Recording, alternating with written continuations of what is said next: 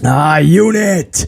We have a packed show today. WWE wants you to focus, wants the spotlight to be on one blonde bombshell from the blue brand.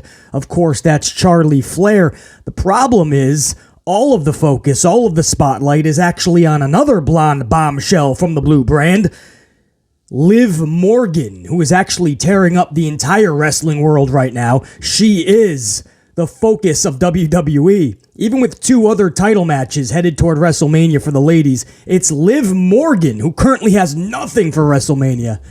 But she has two viral videos in 1 week. And she is the talk of the locker room for the ladies, and even legends who have such high praise for Liv Morgan. She's captivating the attention of the entire wrestling world and beyond. But the focus is supposed to be on Charlie Flair. Again, WWE has a Liv Morgan situation. WWE has a Liv problem. And we're going to talk about it in this podcast. We're also going to discuss Wardlow. Unfortunately, we're going to have to talk about Wardlow. Just when you think that Tony Khan cannot possibly botch Wardlow's booking any more than he already has, Tony Khan says, "Hold my beer," to the AEW audience. And Tony Khan proceeds to somehow book Wardlow more ridiculous than he already was. It is so sad that on Tuesday night, I believe it was, he gets actually robbed from his car. TNT title gets taken from him. Legit gets robbed. TNT title was taken. His bags with all of his gear, his boots. He said his whole livelihood was in those bags. And he gets robbed, and then 24 hours later, he shows up to work, and his own boss robs him in a different way. But the dude is looking like a goof out there. His new haircut and the booking botches. I don't know what they're doing with him. It's sad. Everybody thought he was going to be booked like WCW Goldberg. Instead, we're getting Gilbert. Everybody thought he was going to be the next big Batista. Instead, he can't even lace Braun Breaker's boots. We're going to have to talk all about the Wardlow situation in this very vidcast. BC, what are you talking about? What went down on Dynamite? Oh, you're about to know. We're going to talk all about it, man. We're also going to discuss the big angle that took place, transpired on Tuesday night in NXT with Rok-C, Roxanne Perez. Shawn Michaels went with a big angle. They revisited 1995 when Michaels passed out in a match on Monday Night Raw with Owen Hart. And they saw if they can create some buzz, or they wanted to see if they can create some buzz and really do something special with Rok-C and Meiko Satomura on Tuesday night. And man, I don't even think Shawn Michaels knew how big this was going to be. But media outlets across the globe checking in on WWE to see the status of Rok-C. From Sports Illustrated to Fox, CNN, you name it. New York Times, The Post, it was all over the place, man. It's still real to them, damn it. They legit thought Rok-C was down and out. We're going to talk about how big that angle ended up being. At only 21 years old, Rok-C is rocking the wrestling world and beyond. So we're going to talk that as well. We're also going to discuss Saraya and Ruby Soho absolutely slamming AEW fans. Ruby in the ring as part of the show, and then Saraya on the social doohickey machine absolutely just leveling AEW neckbeards and beyond. And she's dropping F-bombs. I mean, Saraya is not having it. She's not happy. And her and Ruby Soho, their new clique, they're clearly not just like against the AEW female locker room, everybody else. They're just against AEW fans. That's going to be their Dan Lambert gimmick. We're going to see if that goes out. But we're going to talk all about that. So there's so much show that we have to get into. Unfortunately, I just ran out of my Starbucks vanilla latte. But don't worry. I made sure I got a Dunkin' Extra ready to rock, because we are going, one way or the other, to wake up, get and get amplified.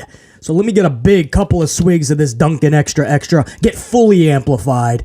We'll come right on back, and we'll start rocking these topics one by one. So much to talk about. Don't forget, smash that up on the way in.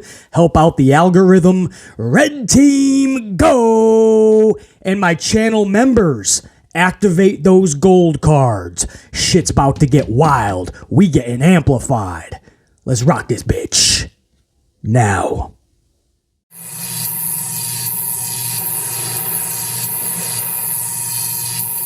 We get the fucking Dante and fucking Julian. What the fuck is his brother's name there? Justin, Darius.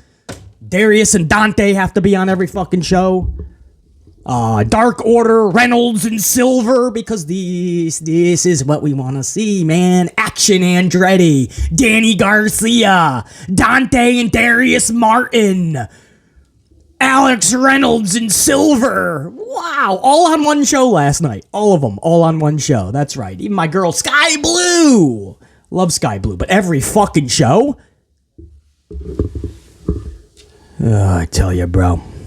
Anyway, Cartwheel Carlson coming to a AEW ring near you. Salute.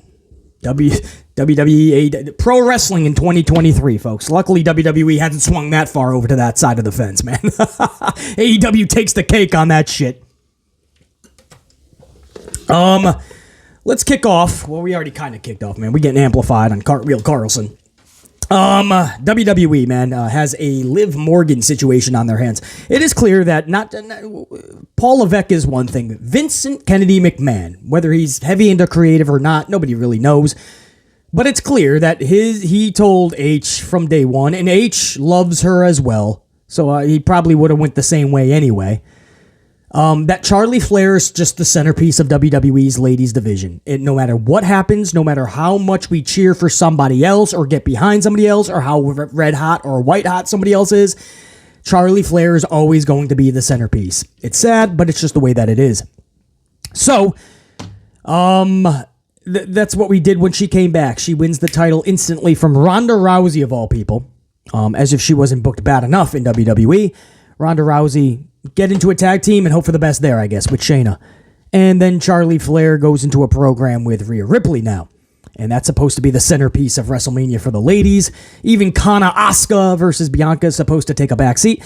But what WWE did not account for is that somebody, a little blonde bombshell, with a fierce attitude, great talent, and a heart that is undeniable, and her name is Liv Morgan, they did not account for her to absolutely be storm blazing her way through the wrestling world in the lead up to Mania, because little Liv has just went viral twice in 1 week. She's the talk of the locker rooms. WWE, AEW, everybody is talking about Liv Morgan and the fucking fire-blazing trail that she is setting. Even legends like Trish Stratus, who recently just said, and I quote, Liv Morgan is the embodiment of what we all worked for. That's from Trish Stratus, a legend. Bayley broke character when Liv was having her huge ride to the mountaintop to the title, and Bayley was like, this is one of the funnest journeys I've ever witnessed. I could not be more proud of her. And Bayley has since tripled down on that in interviews since. I'm just giving you guys a glimpse into how the locker room feels about Liv Morgan. She goes viral twice, even when the spotlight is supposed to be on Charlie Flair. Liv Morgan invites a fan because she lost Friday night. This fan, this little girl was in the crowd, and she's crying. And Liv got wind of that, had the girl sent backstage. Girl runs into Liv's arms. Liv picks her up like she's her mother. Looks her right in her eyes and says, it's going to be okay. I'm going to rock it out for you, blah, blah, blah. And it was this touching moment that was caught on vid, and it made the rounds, man. Everybody was covering this, from Sports Illustrated to Fox. Everybody, New York Post. This was all over the place. And then, days later, Liv is at a New York Knicks game. And this is a funny viral meme moment where she's with the the president or vice president of live events, Justin Scalise, I believe his name is. And this guy Scalise is talking her ear off. Liv is looking like $1 billion. You know, she's in front of NBA players, so she's trying to play it coy and cool. And this Justin guy is running a mile a minute at the mouth.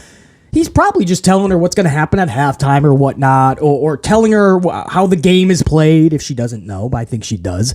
But she's trying to be a good dude, right? Liv could not look more uninterested. There's one meme and look where Liv looked at him like, shut the fuck up for a second, please, man. I'm trying to look cool. I'm in front of all these NBA players. Let me just be for a moment, man. Liv's like, just let me be sexy for a minute, man. And this guy keeps talking her ear off. And that went viral, man. This the second time in 1 week that Liv Morgan, her name and associated with WWE, is all over the place. At the same time where you hear all of these wrestlers in any locker room talking about Liv Morgan, when talking about female wrestling, Liv Morgan's name is popping up here and there everywhere. It's just like everywhere you turn, Liv Morgan is just catching straight wildfire in pro wrestling. And we're supposed to be talking Charlie Flair. She's on the posters. She is in the signatures. She is on the pamphlets and the magazines, or the fucking the cups, the lunch boxes, the billboards, right?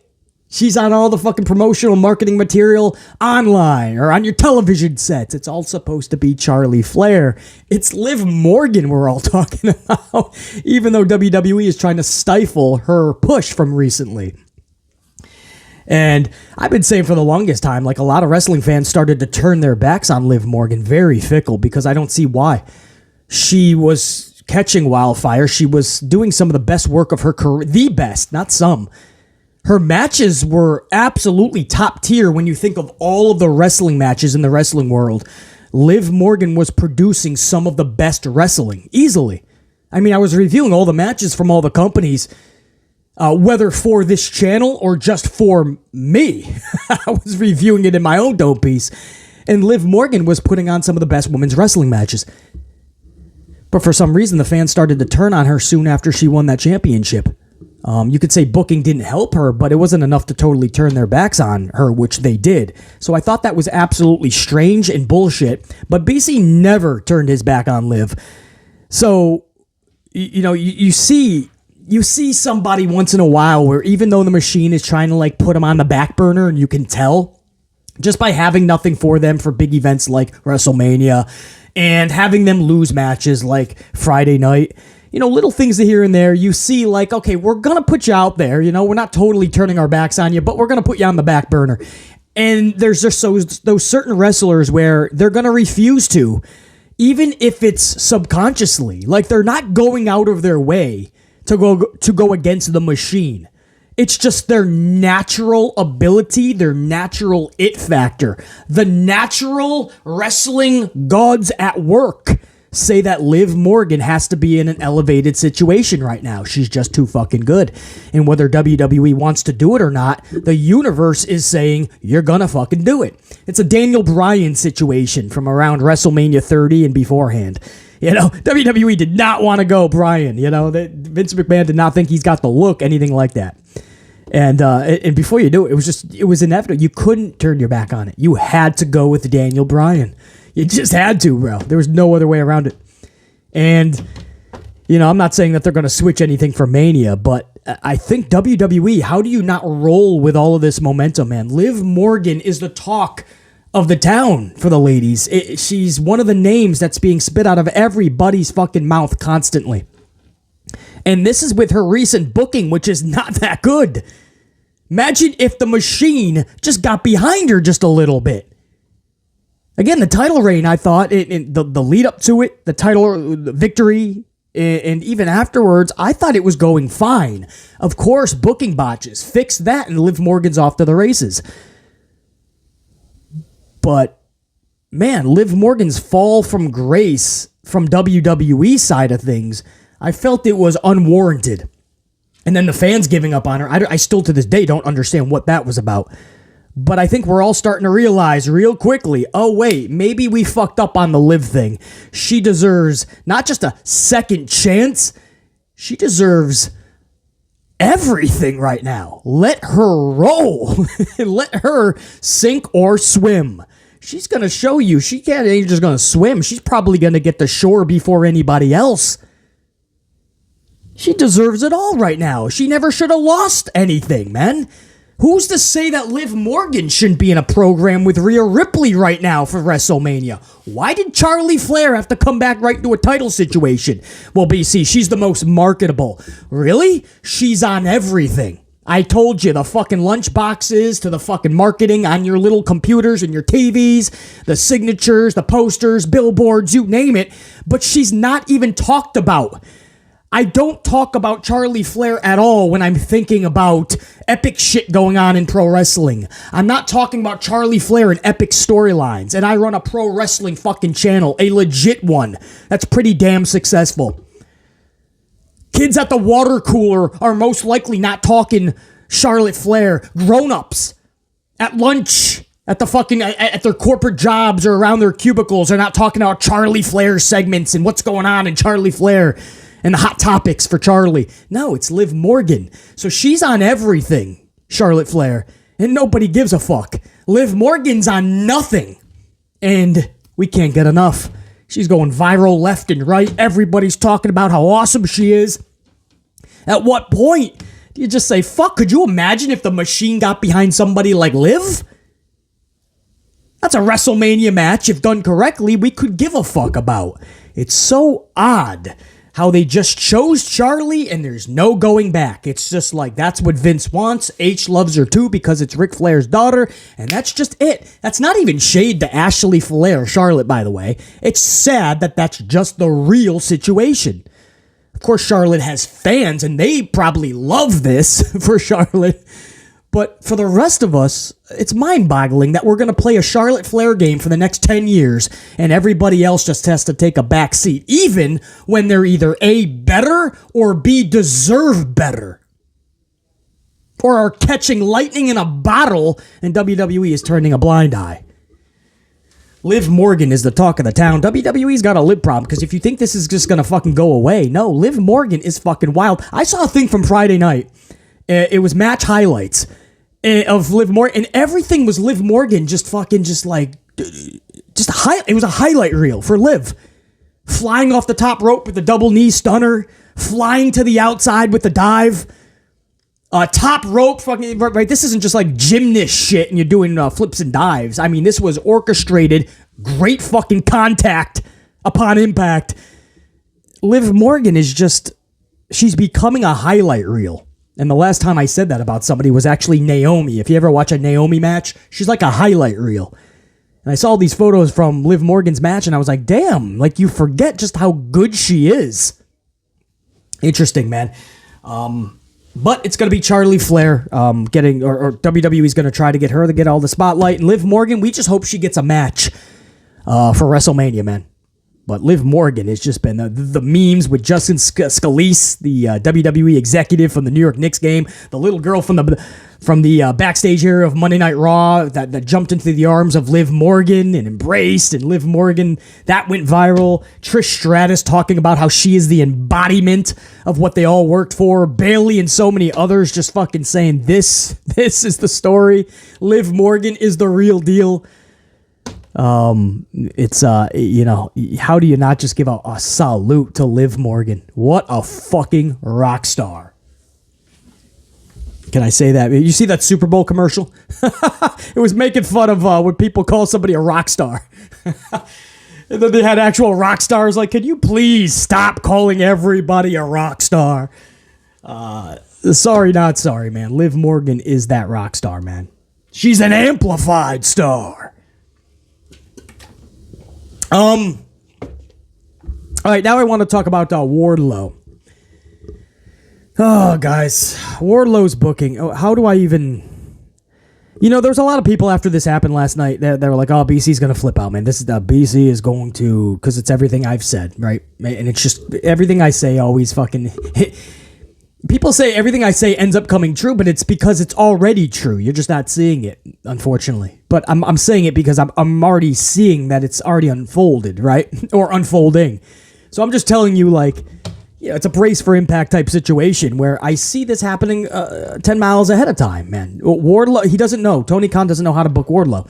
We were all expecting like this Goldberg type WCW booking, and he's no better than Gilbert. People said, oh, he's going to be like a Batista. Guys, he can't even lace up Braun Breaker's boots. In fact, with his new haircut, he just looks so generic. He looks like a bootleg Braun Breaker. It's sad, but that's just... And the only thing that can save that is if booking gives him some good stuff, right? And instead, it just keeps getting worse and worse. He wins this title at a Revolution on Sunday night, and you know, some people, and I say some because it wasn't even everybody. I mean, a lot of people are seeing that it's good. Okay, yay for Wardlow, but it's like it's such weird booking that you can't really get that excited about it. So what happened was he wins it on Sunday, and half the audience is still like, all right, but what do you do now? Because you also have Hobbs. I mean, Hobbs can't lose, but Wardlow sure as hell can't lose his title after 3 days. We know that. So how are you going to do the schmaz to where everybody looks good, and of course Wardlow keeps his title? And instead, he just lost it, man. He just lost his title. 3 days later, last night at Dynamite, QT Marshall was the guy behind the whole QTV, whatever, fucking vignettes and shit. Well, that's going to put the asses in seats, as Tony Schiavone once said about Mick Foley many moons ago in WCW on Nitro. That's going to put asses in seats. QT Marshall was the big vignette fucking, he was the QT Marshall was the reveal. That's the word I'm looking for. Thank you. I would have been here for an hour if I didn't think of that. The big reveal. It's QT Marshall, man. Chair to the back of Wardlow. And then they double powerbomb Wardlow. Now, he's supposed to go through this big foam table fucking set, whatever it was. I don't know. It was one of those big... Now, we know AEW is the worst at their stunts. I give them props for trying it, right? I love when people give a fuck about doing stunts and shit.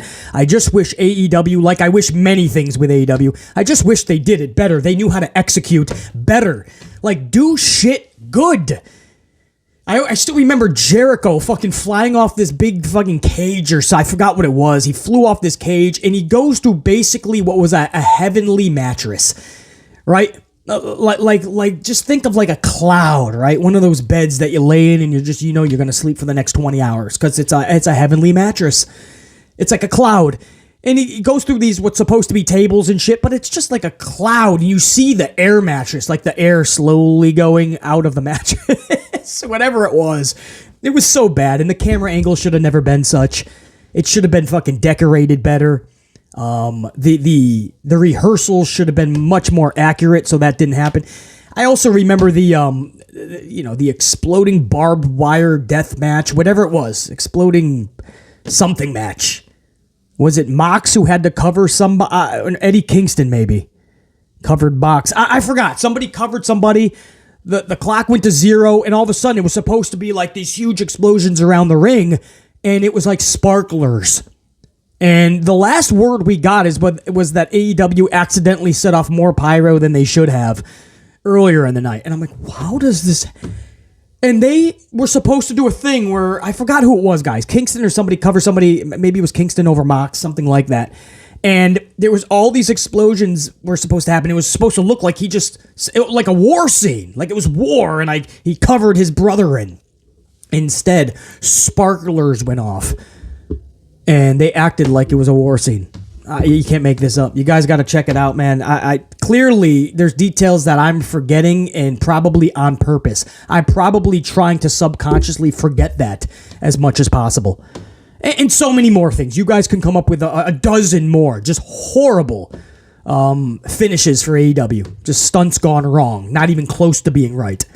And you can add this one where Wardlow gets double powerbomb. Now, this is a big moment. This is going to end AEW. It's going to be a big title switch. Wardlow is going to drop another big match, which is all he does.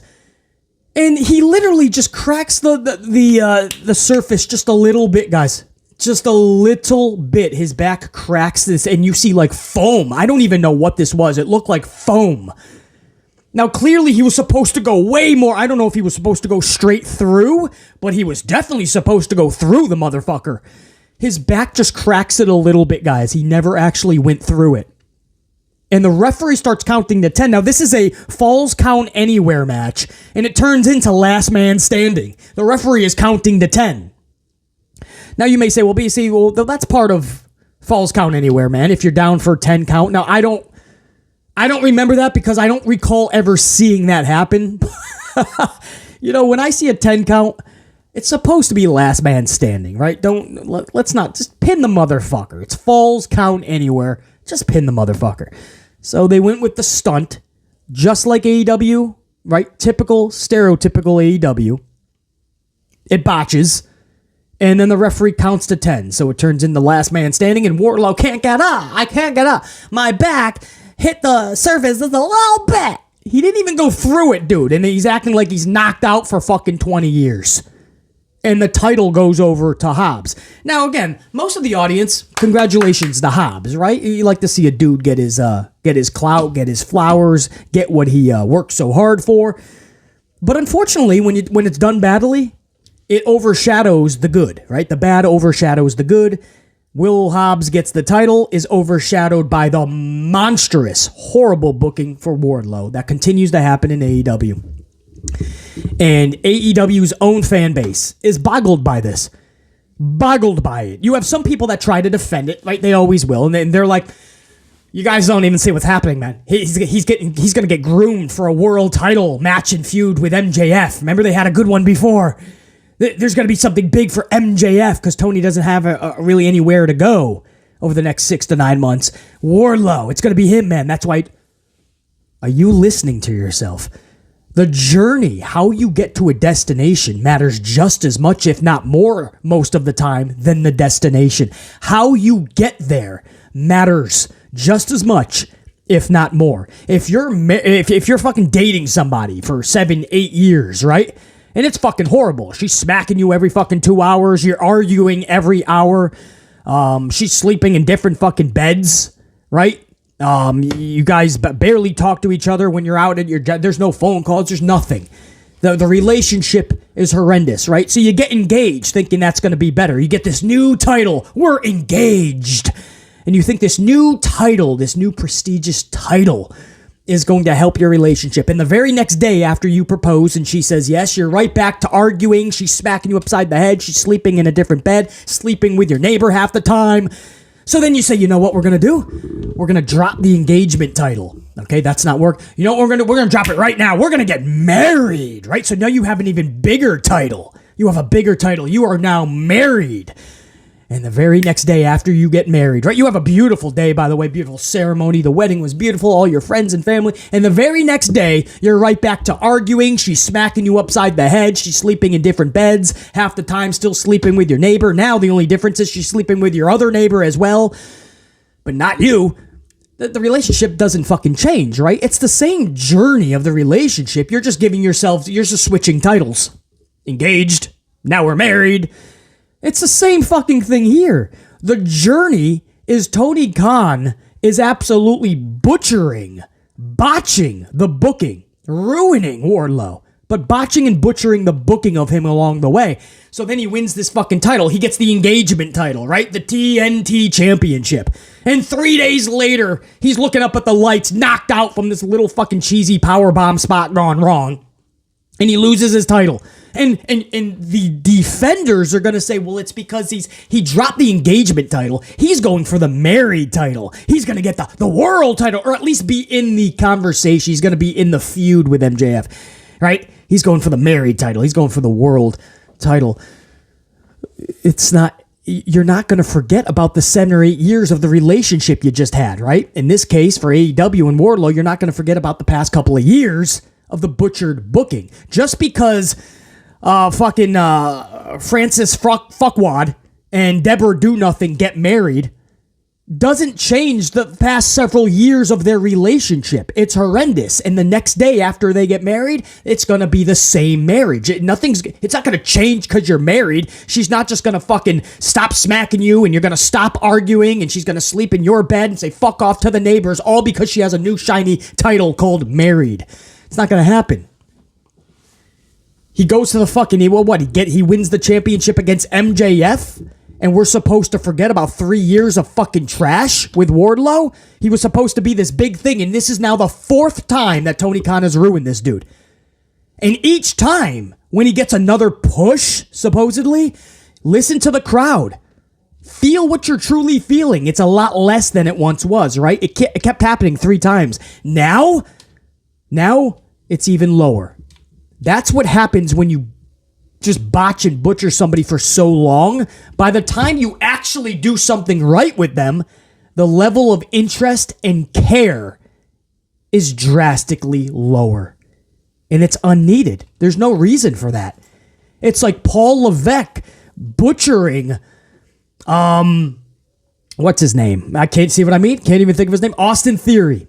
The Money in the Bank briefcase was cashed in on a Monday Night Raw for a mid-card title, the U.S. title, during an open challenge. It doesn't get more dumber than that. And then he ended up losing, by the way. And then the next week, his excuse was because, I was never going to beat Roman anyway. So I figured I'll go for the title that I've been going for anyway, that I've already gotten 100 opportunities at. I'll get another 100. And it was an open challenge anyway. That's why I did it. It didn't even make sense. And then a couple months later, he's like, oh, by the way, I'm entering the Royal Rumble because I want Roman Reigns. I want to try to earn a shot at Reigns. You just said you didn't want Reigns, and that's why you cashed. Nothing made sense. And because of the horrible botched story that was told with this reset of Austin Theory, everything that John Cena said was correct. To this day, nobody cares about Austin Theory. John Cena should not have had to say that in March of 2023 when this happened deep in 2022. But here we are all these months later, and this reset has fallen flat on its face with Austin Theory. Don't believe me? Look at what was used in the promo for John Cena. Nobody cares about Theory. He even said, John Cena said, and I quote, I'd rather be bold than have them pipe in fake crowd noise because nobody cares about you. Because that's what happened. BC documented on those shows. I told you specifically where you could hear the piped in crowd noise. It was brutally obvious and sad. And this was after the reset. They were supposed to be natural boos, right? If done correctly. But no, H, McMahon, whoever, all of them, they botched it. And they got fake boos, fake crowd noise. And it continued. And to this day, nobody truly gives a fuck. And it's because of the journey of how we handled Austin Theory. That's what happens when the booking of somebody is so bad for so long. It doesn't matter if they're going to be elevated in the future. If you did it so badly for so long, it's not going to be as impactful. It's going to actually hurt them in the long run. This is what we've been trying to say about Wardlow for the past couple of years. Careful, right? He had one good feud with MJF, no question. But Tony Khan either doesn't know how to book Wardlow or doesn't give a fuck about him, because this is turning into something like internal sabotage. It's almost like he's going out of his way to miserably book Wardlow, or he literally is doing this stupidly to the point where he's so dumb with the booking he doesn't even realize it. So it's either he's really stupid or it's internal sabotage. But it's only one way or the other at this point, because this has been going on far too long for Wardlow. So people say after last night, BC is going to be furious because of what happened to Wardlow. I can't even be anymore. I don't even care anymore. What would shock me is if Wardlow was booked correctly. The TNT title has been passed around more than the fucking joints we used to smoke back as a kid. It is just being passed around, ring around the fucking rosy, more than a fucking Disney carousel. More than fucking Cartwheel Carlson on AEW Dark. That title has been passed around, I believe, 17 times in the 3 years it's been here, correct? How long has the TNT Championship been around, guys? Has it been not a full 4 years, right? 3 years? 17 champions, guys. There's 9 champions, 17 changes, I should say. I think Cody had it like 3 times. Sammy Guevara had it like 2 or 3 times. Miro had it. Brody had it. Samoa Joe several times, I believe. Wardlow several times, I believe. Scorpio Sky had it like at least 2 times. I believe the number is 17 title changes in just 3 years. Guys, I understand times have changed. Attention spans are much low. I mean, much lower, meaning like non-existent. I get it, right? So somebody like Roman Reigns having a 2-year title reign, for instance, I mean, people are banging their dome piece against a fucking brick wall. But, you know, I come from a time where, like, you would have people, well, a little bit before my time, but the names were so prevalent as I was growing up. But, like, the Hulk Hogans, the Bruno Sammartinos, the Bob Backlunds, the Pedro Moraleses, things like that, where people would hold titles for years, guys, and it was just, that's what made, I mean, they were champions, and you had to be something very special, and it was going to be a very special night to win a title. I understand you can't go years these days because of attention spans, and business is different. I get it. But 17 times in 3 years? 17, can we lower that to like 2 to 3 a year? 2 to 3 title changes. Is that so much asked? Just 3. Right? Lower that to like 9 in 3 years, and it's a start. 9. 17? 6 title changes, basically, nearly, right? If it was 18, it's 17, I believe. If it was 18, you'd be talking 6 title changes a year is the average now for the TNT. 6! That means on average, every 2 months, the TNT title changes hands. That's not a championship, not to BC anyway. If it is for some fans are like, I love it. It shows you that it's a hard-working title, man. It's a title at work, and there's so much legit competition that every 2 months, man, you just don't know who the new title. It's like everybody gets a participation trophy at that point. Every 2 months, 3 years, you've already got 9 different title holders, 17 title changes. That's a lot.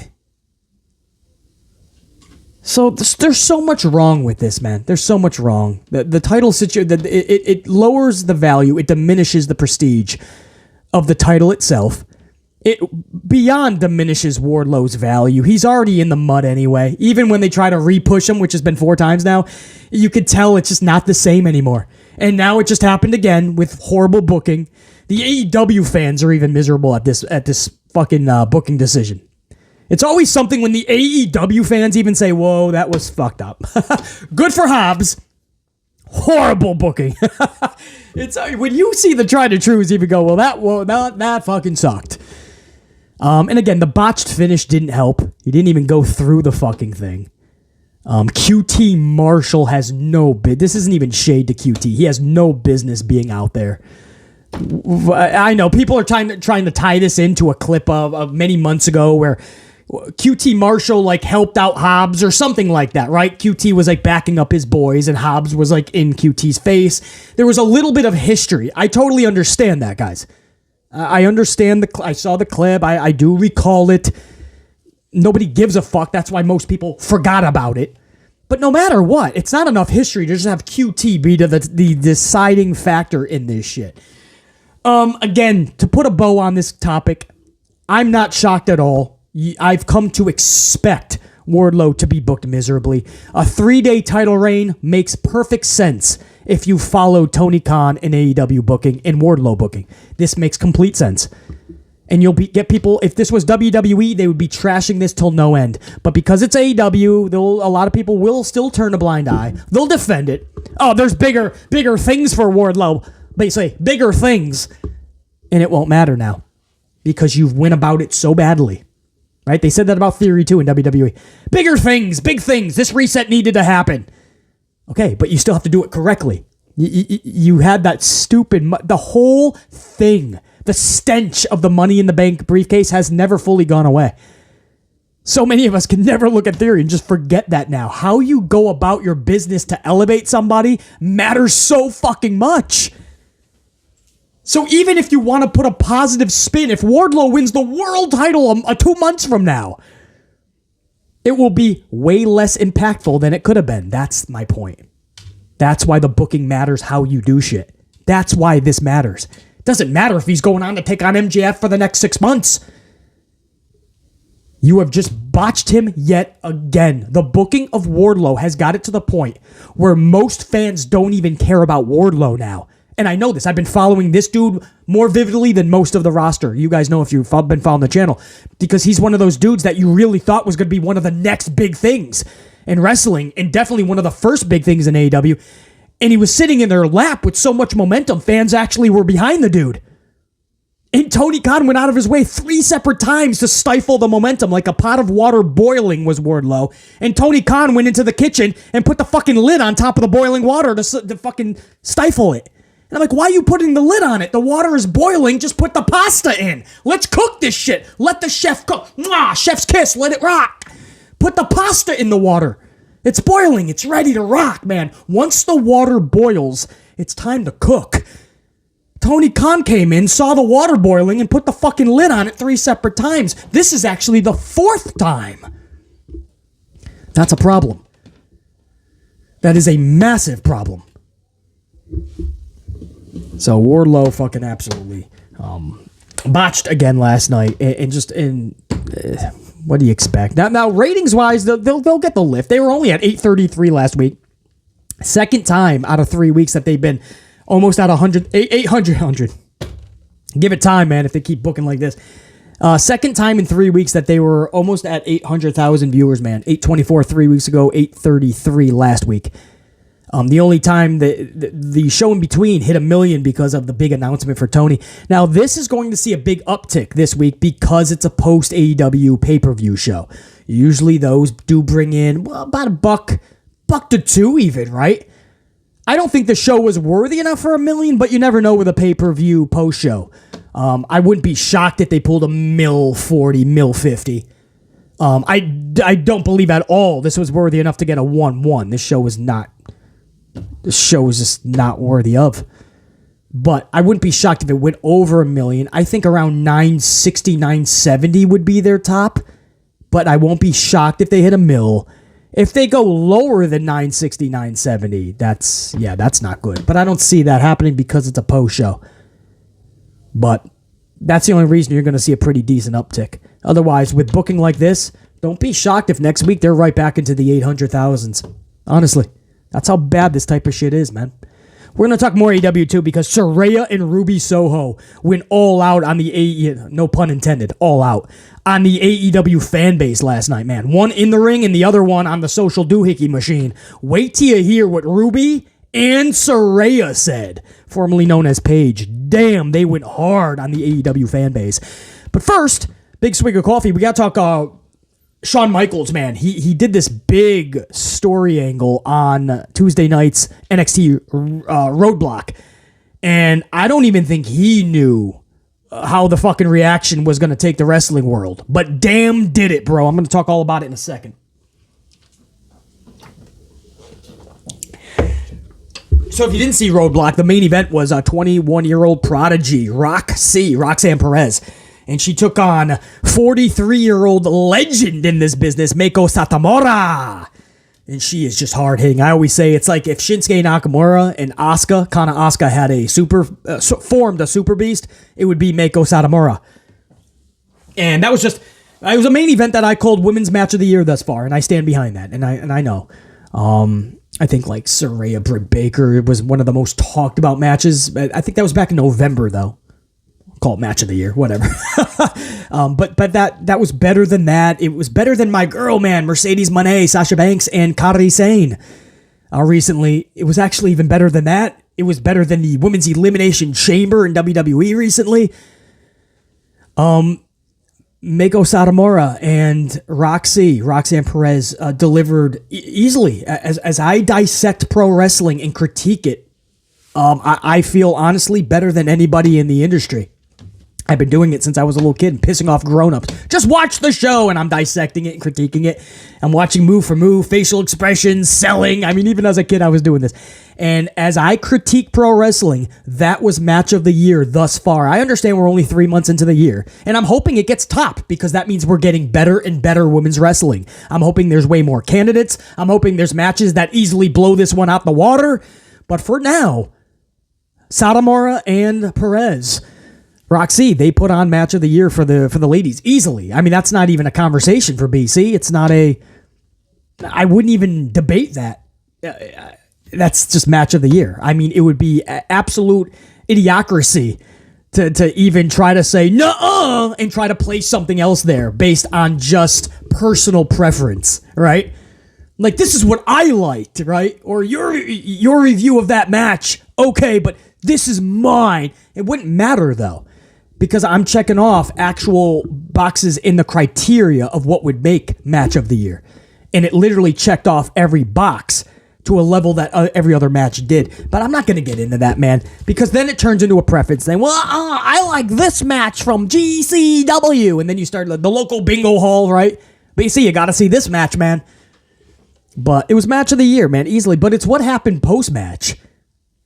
Post-match, there was an angle where Satomura gives the title to Rok-C, holds up her hand, and Roxy's feet give out, and she literally tumbles a little forward and face plants, passes out, collapses in the middle of the ring, a la Shawn Michaels 1995 in a match on Monday Night Raw against Owen Hart. Literally in the middle of the match, Shawn Michaels, not post-match, middle of the match, Shawn Michaels face plants, collapses, and they spread it out over two segments, and they dedicated a lot of time to it. This one was huge. Roxanne passes out, collapses. Satomura is basically in tears, and that's huge because she usually shows no emotion, but she was showing great concern. Referees, medical personnel, NXT staff is down there, and it was absolutely a work. That's obvious, right? You only had 3 minutes before the show went off the air. They flip her over, they put her on the board, they put the neck brace on her. Shawn Michaels is giving her oxygen. The camera follows her, they load her up in the ambulance, and we go off the air, all in 3 minutes.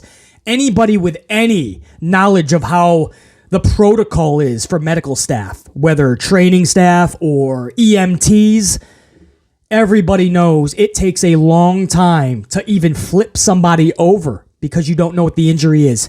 You have to dissect and rule out everything. You cannot assume something. You cannot think you know the answer right out just because of one or two symptoms.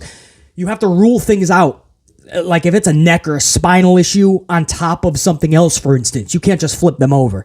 So that takes a while. They flipped her over with the quickness. Then they start putting the neck brace on her really quickly and really horribly, by the way. They broke every protocol on how to put a neck brace on. They're picking her head up a little bit, and you can't do that. It takes a while. Then they're throwing her up on the spine board, like really quick. On their way out, fucking Shawn Michaels is putting oxygen on. You'll never just see like a family member or a good friend like putting, it's going to be the EMT or medical, right? Shawn Michaels literally had to say audibly, "Can somebody do this? I don't know what I'm doing." And then they fucking load her in the ambulance. This was all in 3 minutes. That will never happen, guys. I don't care if it's a heart attack, a spinal injury, a concussion. Never. I have a lot of close people that are part of medical staffs and just in the medical world. And a couple of them are actually sideline professionals as well, medical professionals. So like the people you see on like NFL football or any sport, and there's an injury and they run out to the field or the court. I actually have a couple, and I think that's just one of the coolest things, man. You know what I mean? You are in the action, and you have to fucking will them back to life, or at least off that fucking field. And they see and hear so much, but you'll see, like, a player will be down for a while. It's a lot of the time, it's not just because they can't get up, or, they don't know what it is, but per se, and you're, like, yelling at them, like, what the fuck? Why can't they locate what the problem is? It's because they have to take their time.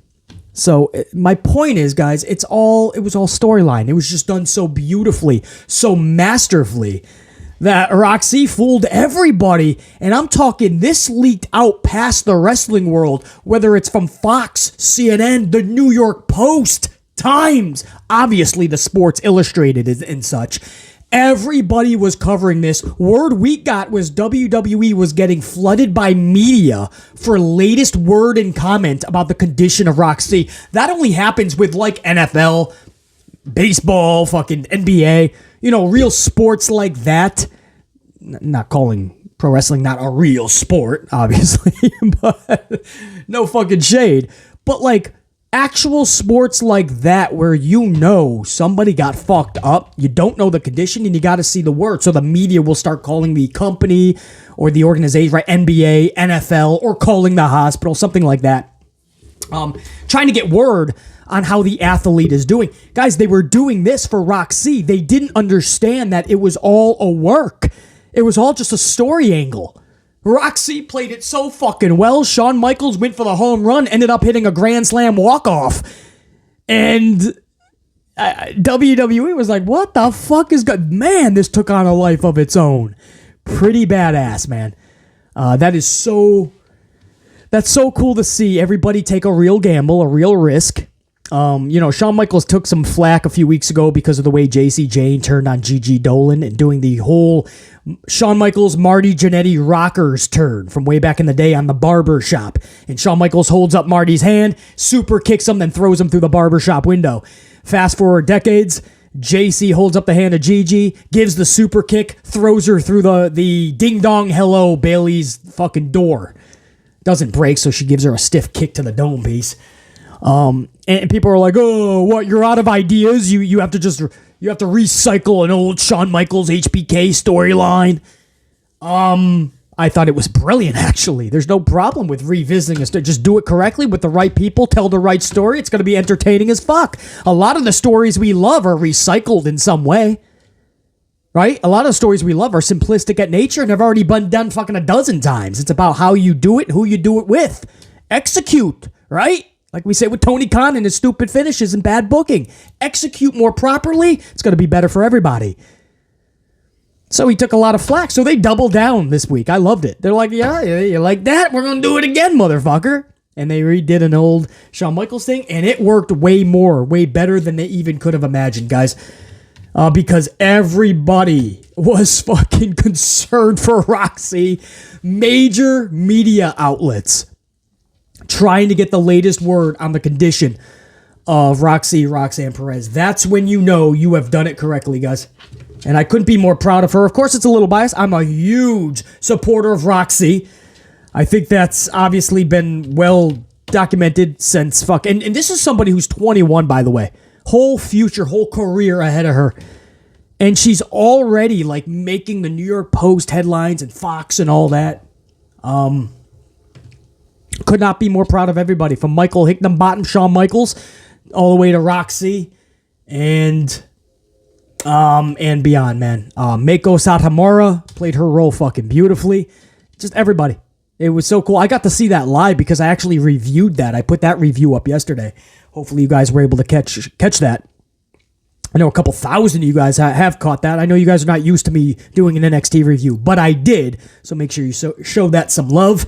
I appreciate that. And so I was watching that live, and I was fucking stunned by how well it was executed, how fucking just badass the match was. Man, everything, every reason why I fell in love with pro wrestling, you can see in that end segment, man. That's the type of shit that younger BC would be like, I'm rocking with this for the future, man. And couldn't be more happy. And to see that really make the rounds and people really think that this was real and not a work, it's still real to me, damn it. It was so cool. And they got to be all like so proud of themselves today.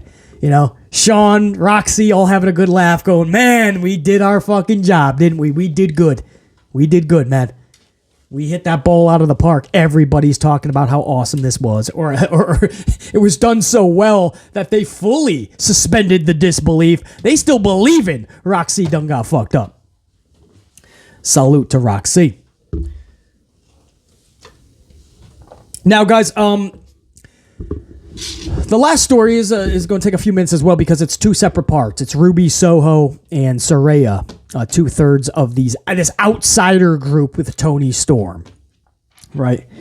And Ruby cut a promo before her match with Sky Blue last night, and Ruby says, had to get a swig of coffee there, but basically, and I'm going to paraphrase this a little bit because this was a whole promo. I'm not going to go word for word for it, and we are deep into this podcast. So what she said was basically when she lost her matches to like, what was it, Britt Baker, Jamie Hayter, whatever, the matches that she loses, nobody seems to care. Nobody cared about her. And when Toni Storm came upon the scene, Tony Khan and AEW didn't even respect her enough to call her champion. They called her interim champion, and they kept the belt on Thunder Rosa, even though there was no timetable for her to come back. Most of the locker room did not like Thunder Rosa. Still probably don't by the digs that I keep seeing sent her way. So there was major heat on her, and they still would not budge to put the title on Toni Storm. And then when it gets to Saraya, Ruby Soho says all of you begged for Saraya to come out of retirement. And she does. And then all of you fat, neck-bearded, mouth-breathing trolls turned their back on her. So I don't know how many people really begged for Paige to come out of it. I certainly didn't, but I'm not a diehard, tried and true AEW fan, so maybe that's who she's I mean, this is obviously directed right to the AEW fan base. I don't know how many of them begged or really fucking... I mean, one of the things on the AEW wish list was for Paige to come out of retirement as Saraya. But if that's your thing, if that's what you wanted, all right, well, this was directed right to you. But she was not happy. It's clear that in reality, Saraya was not happy for the longest time about how it was going. And you could blame Tony Khan for that, man. It's the booking. The book, perhaps a lot more fans would be behind them, but there's no good booking, right? Toni Storm is getting rolled up recently in one of her last matches, last week, wasn't it? She's getting rolled up. She's getting her ass spray painted. I mean, this is the booking of Toni Storm. How is that any worse than having your face in Charlotte Flair's pie in WWE? It's not that much worse. It's weird booking, right? Ruby Soho, there was never a trajectory for Ruby. Storyline-wise, she had some big matches, no doubt. That's good. No real story that got us interested. And Paige has just been a player in the game. She's been nothing special. That starts with booking. I'm not blaming the ladies at all up front. That starts with give us a reason to give a shit. Tony hasn't done that with these three ladies. So you can turn this into a you people type storyline. That's what we call that. Right? All you people, right? All of you did this. I think Ruby actually said that. All of you created this monster. Well, it's not really that way, though. It was Tony Khan that did it. Even though fans are definitely fickle, by the way. Ruby even said that in her promo. So Ruby went hard on the AEW fan base, and then Saraya just fucking went... She didn't just double down. She went 100 times down. 1,000 times. Because Saraya says this on her social doohickey machine. You ready for this? This is a quote. This is a quote by Saraya, guys. Listen to this shit. And this is word for word. I'm not like adding F-bombs. These are her F-bombs. This is a quote, word for word, by Saraya, formerly known as Paige. My girl, real Ruby Soho, speaking facts. You disgusting neckbeards who are the most fickle motherfuckers around. At least for that one, she used MFers. The most fickle MFers around created us. Fuck you. Literally, F-U-C. I mean, she put that one out. So I don't know why you're gonna... maybe she didn't have enough 140 characters. I don't know. But she said, you neckbeards who are the most fickle motherfuckers around created us. Fuck you, she says. You made us outcasts, monsters. Booed us when we didn't deserve it. You tore us down. Now we're taking over. So they're hitting the AEW fans outright, right? I mean, that's clearly who they're after. It's a Dan Lambert thing, but with the ladies now. And they're going to make sure that they make the AEW audience a part of the act. And they're just going to tear especially the dudes, because Saraya recently brought up how AEW needs women's tag titles. And damn, did people come fucking outraged. And she actually says... Okay, it took me a second to find it, but she says the toxic IWC men in my replies for having the audacity to suggest anything for the women. So she's directly, it's the dudes that she's kind of like really like retaliating against, which is funny though, because a lot of the stuff that she does on her social doohickey machine, on the interweb machine, is directed for the male audience. A lot of it. So to now just go against that, I don't know how this is going to work long term, is what I'm saying.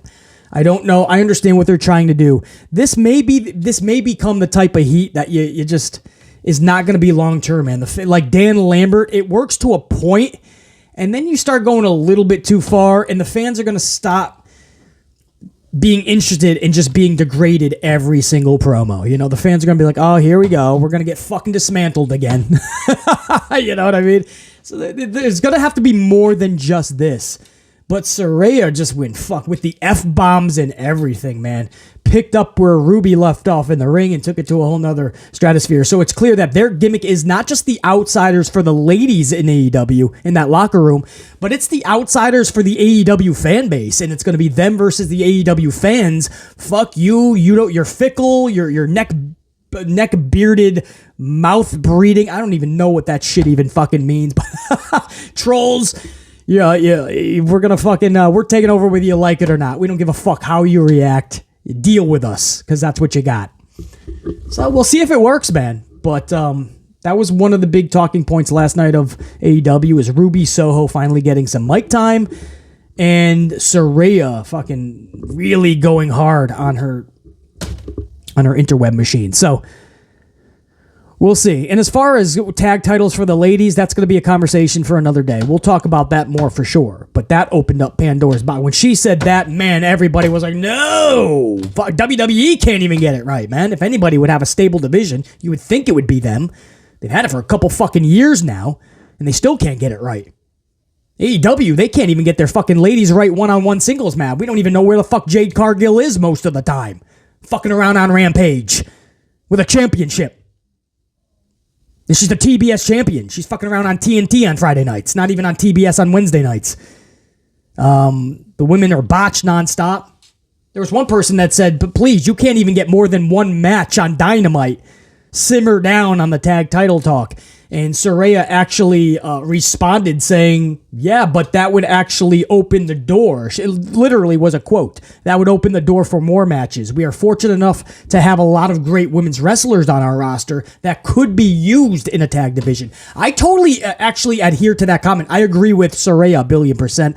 I say that about WWE as well. There's so much talent on the roster that a tag division used properly could utilize them effectively and pristinely. But WWE just doesn't give a fuck enough, so the fans aren't gonna. I say the same thing about AEW. If Tony Khan gave a shit more and did things more correctly, Saraya's correct. You should absolutely have a women's tag division and tag titles. But because Tony Khan doesn't do this correctly, not with the singles division with the ladies, he doesn't know how to book them correctly or just doesn't give a fuck. Because of that, nobody's going to get behind this idea that Saraya has. And I don't blame them either. It's a vicious cycle. It all starts with the promoter.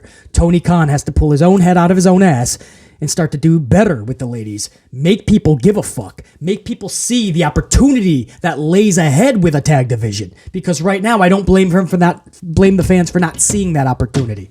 My name is BC Amplified. That's just some of the stuff that I had for you guys. Man, I wanted to talk the whole gambling thing in WWE and pro wrestling, why that cannot fucking work and should not be, and the drastic negatives that come from gambling with pro wrestling and legalizing the outcomes and shit, you know, and making betting what WWE is trying to do. You just can't. I wanted to talk about that, but this has been such a long vidcast podcast that I'm going to keep this just over an hour and not go to 2 hours. But there's going to be a lot more content, guys. There could even be another vid later today. It could be a double vid day. But if not, there'll definitely be more content tomorrow. Obviously, we're steamrolling in the Friday Night SmackDown. The road to WrestleMania is upon us. We're on it right now. So there's still a lot more content coming this week, man. So, my amplified unit, think, be, live, amped, always. Top guy, I'm out. BC saying, check you. Gold Car, man, you got a big shout out coming, I believe, in the next vid, man. We're going to do a full roll call for all my Gold Card channel members, man. But for my entire amplified unit, stay amplified, man. Check you.